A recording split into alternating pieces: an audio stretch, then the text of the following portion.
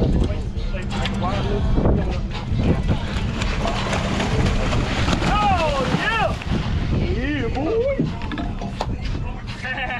in this video, we're going to show you guys how to remove a treble hook from your hand.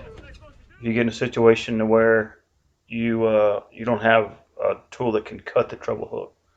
If you got a pair of crimpers on board that's got a big enough tool to cut a treble hook, past the barb and pull it back through, then you can use that. But in the case that we got into offshore, the only pliers we had to cut the hook with were dropped over the side before this happened. So we had to mash the barb flat and just pull the hook straight out.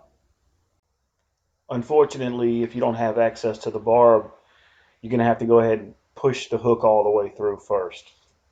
No, you gotta mash it flat now.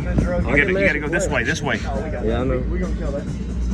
You don't think that other boat's got a pair? Probably not. They got a Matabo. I mean, I have. It's pretty flat right there. Let me get it real good. One more time. It's pretty loose in there. That mother's going pretty free. All right, it's flat. It should come on out. Just ease it on up. Now, don't get it in your other finger. Use pliers. It ain't coming.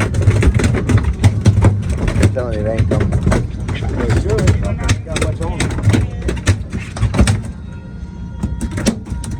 Don't let me get that. I ain't gonna cut it. It's not gonna cut it. Not gonna cut it. I'm telling you, it's not gonna cut it. Pull it back through. Oh, my dog! Yeah. My dog! Give me some biscuits right here. Look, it mixes in with all other blood. That's how it goes. That's how it goes sometimes. You just gotta pull hooks out. Try that on the big job.